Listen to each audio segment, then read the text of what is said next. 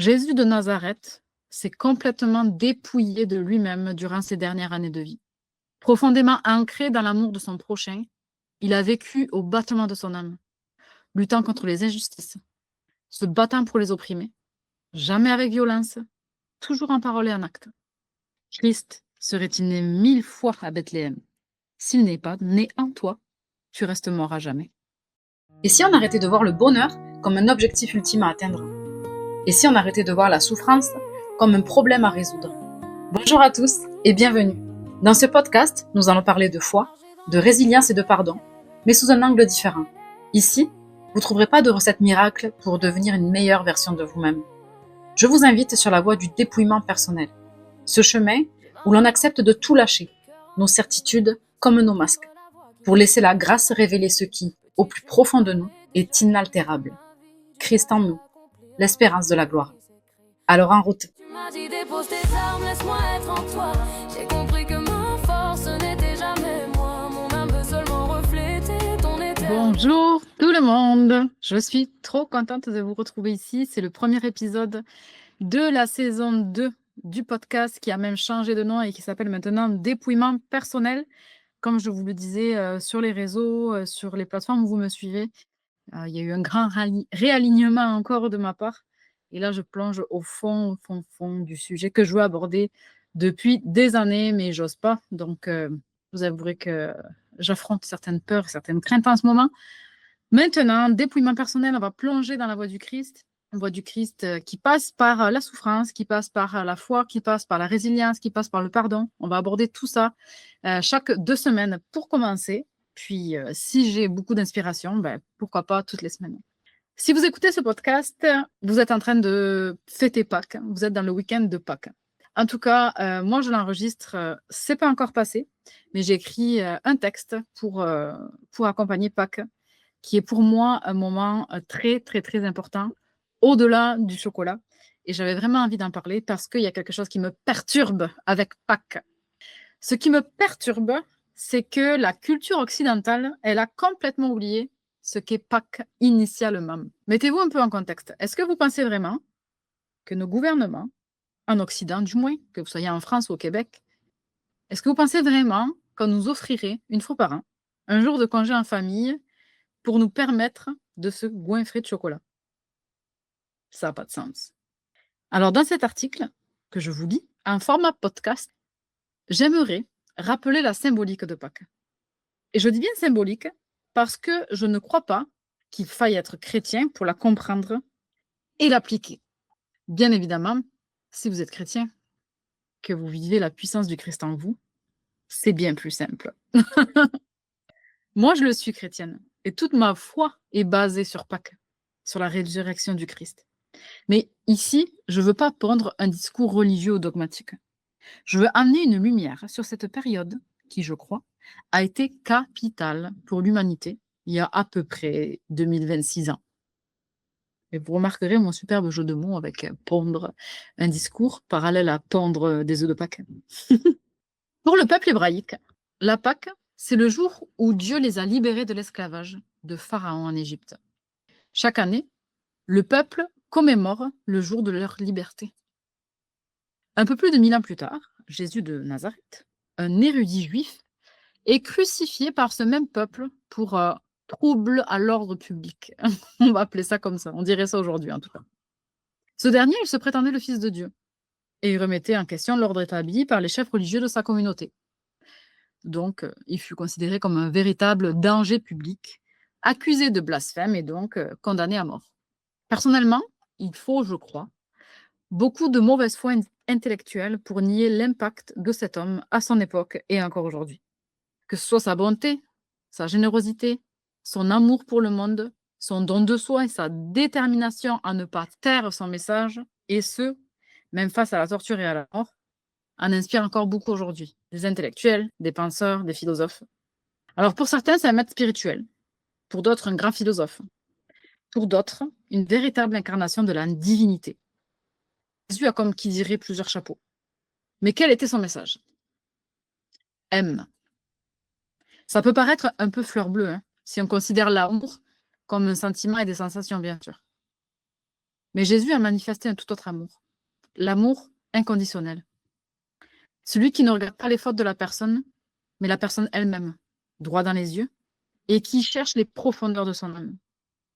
Celui qui laisse libre, qui ne dicte pas et ne force pas. L'amour qui attend patiemment le retour à la maison de ses enfants qui ont déserté, et qui, une fois de retour, ne prononce aucun mot sur le passé, mais célèbre la réconciliation. À ce sujet, je vous laisserai vraiment lire, ou écouter, ou trouver sur Internet, peu importe, mais l'histoire du fils prodigue. On parle ici de l'amour qui pardonne tout, celui qui est totalement désintéressé et qui n'attend rien en retour. Écoutez, on va être honnête envers nous-mêmes.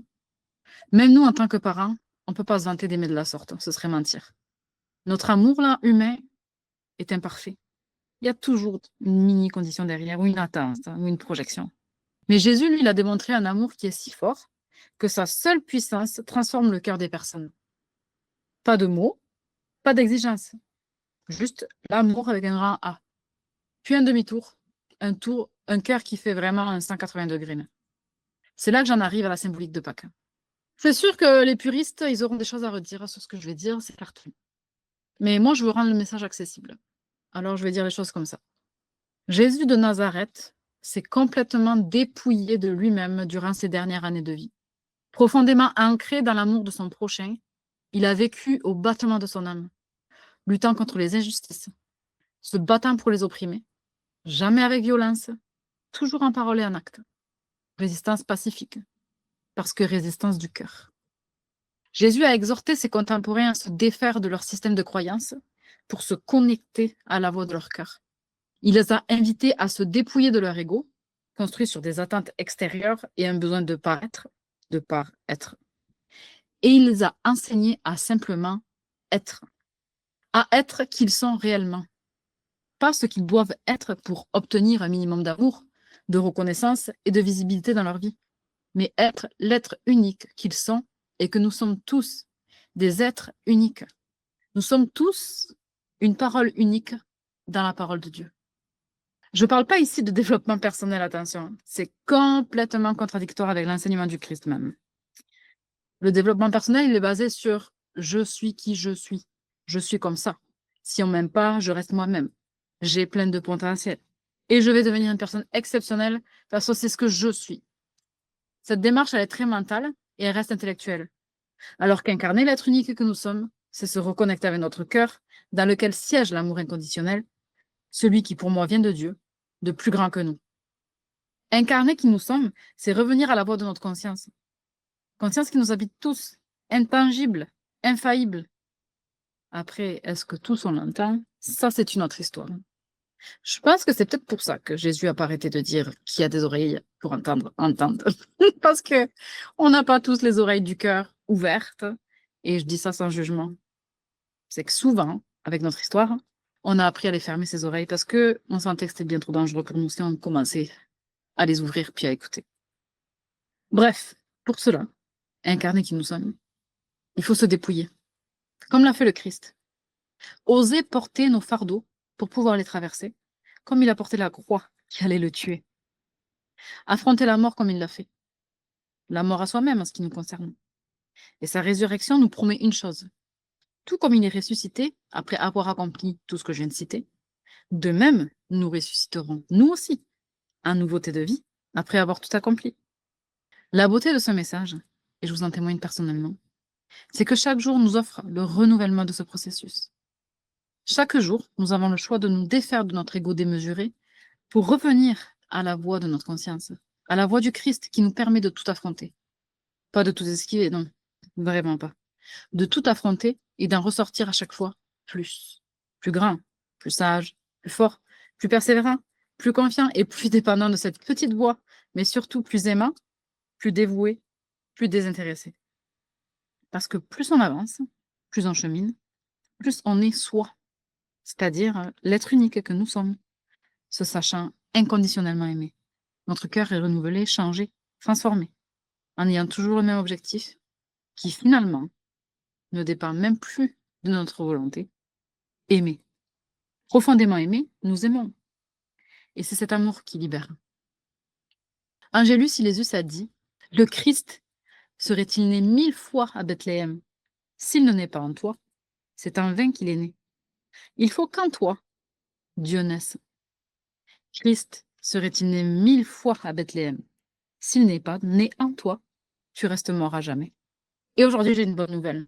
Nous avons tous la possibilité de ne pas être morts intérieurement à jamais. Et nous avons tous la possibilité de voir notre cœur ressusciter. Alors, bonne Pâques et faites attention au chocolat. J'ai vu ton visage et j'ai rendu ma peur. Tu m'as dit dépose tes armes, laisse-moi être en toi. J'ai compris que ma force n'était jamais moi. Mon âme veut seulement refléter ton éternel. Et dans ta lumière, je retrouve l'essentiel.